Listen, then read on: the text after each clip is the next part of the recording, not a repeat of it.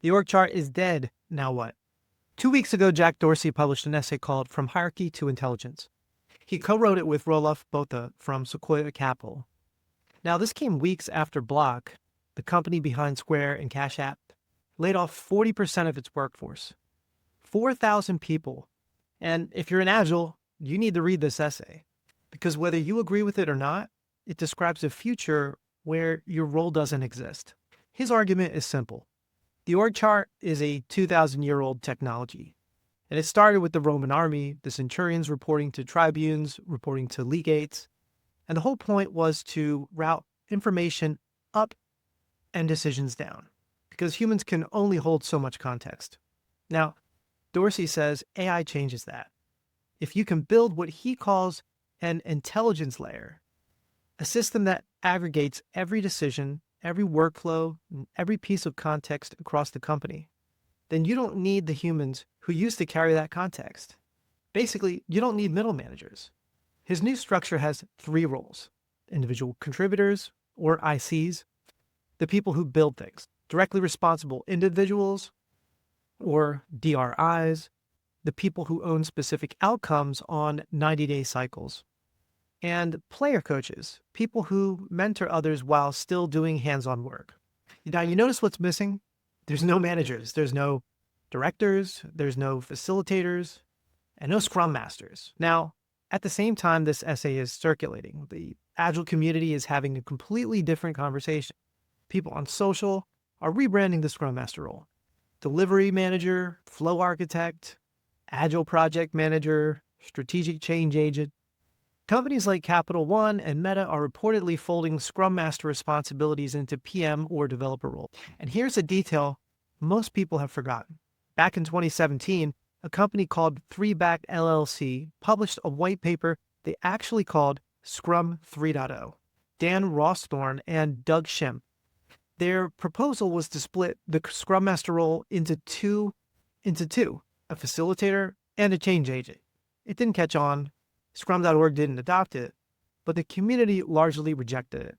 9 years later, the exact same ideas are surfacing again on LinkedIn, just with new labels. So on one side, you have Dorsey saying the role is eliminated. On the other side, you have the Agile community saying the role is promoted or redefined. So who's right? I think they're both partially right, and I think they're both missing the thing that actually matters. Let's start with Dorsey. He's not wrong about the hierarchy. Most of what managers do is carry context. They sit in meetings so they can translate what leadership wants into what the team does. They aggregate status updates so they can report up, and they make judgment calls because they're the ones who have the full picture. Now, AI can do all of that now. Not theoretically, right now. Atlassian shipped robo-agents this year. They automate stand-up summaries, blocker detection, sprint reporting. The context-carrying function of management is being automated in real time.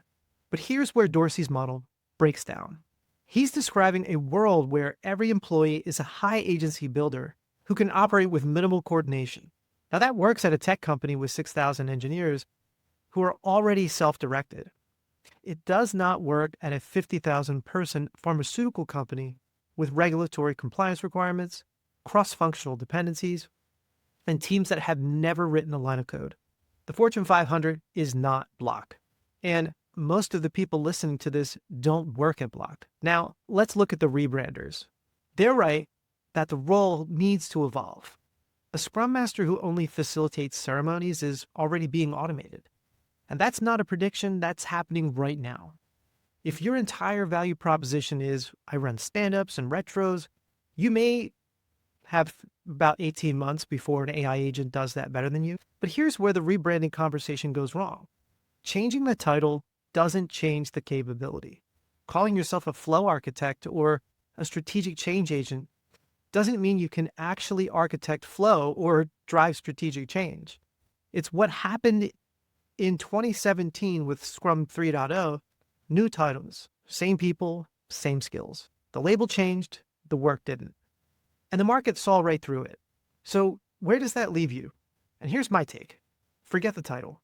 Forget whether Dorsey is right or the rebranders are right. Ask yourself one question. What would break if I disappeared for 2 weeks? Not what meetings would be unfacilitated, not what ceremonies would be skipped. What systems, what automations, and what processes that I built would stop working? That's the question. If the answer is nothing, if the team would keep shipping at the same pace without you, then it doesn't matter what you call your role, you're replaceable. And not because you're bad at your job, but because your job is made up of tasks that either AI can do or that don't need doing. If the answer is something specific, the sprint risk flagging I built would stop catching blocked work, or the delivery metrics dashboard I created would go stale, or the automation that enforces definition of ready would stop running. And you're valuable in any org structure. Dorsey would call you a DRI or a player coach. The Agile community will call you a Scrum Master. The title is irrelevant. The capability is everything. Now, I live this. When I got laid off from a Fortune 500 bank, I had a new offer in just a few weeks. And it wasn't because of my title, and definitely not because of my certifications.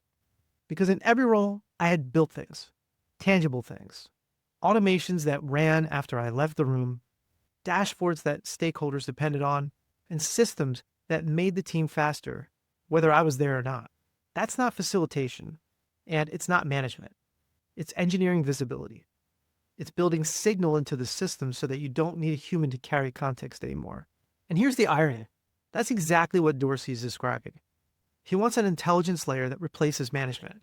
The Agile professionals who survive are the ones who build that intelligence layer, who create the automations and dashboards and systems that make the org smarter. You don't get eliminated by AI if you're the one building the AI-powered systems. At least not yet. So here's what I tell you to do this week.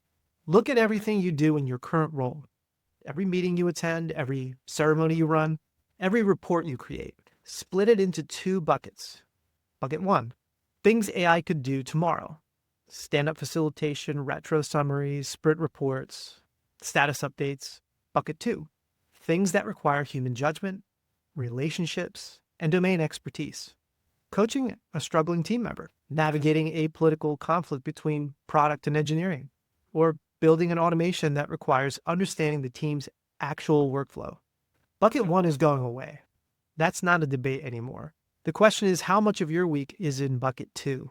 If it's less than half, then you have work to do. Not title work, not certification work, build work. Start building things. Start with the playbook at Agile Tactics I Blueprint if you need a starting point. It's totally free. It's 5 prompts designed to shift you from facilitator to builder. Because Dorsey and the rebranders are arguing about the future of the org chart. But the future of your career isn't decided by an org chart. It's decided by what you can build. I'm Danny Liu. This is Career Optional. See you next time.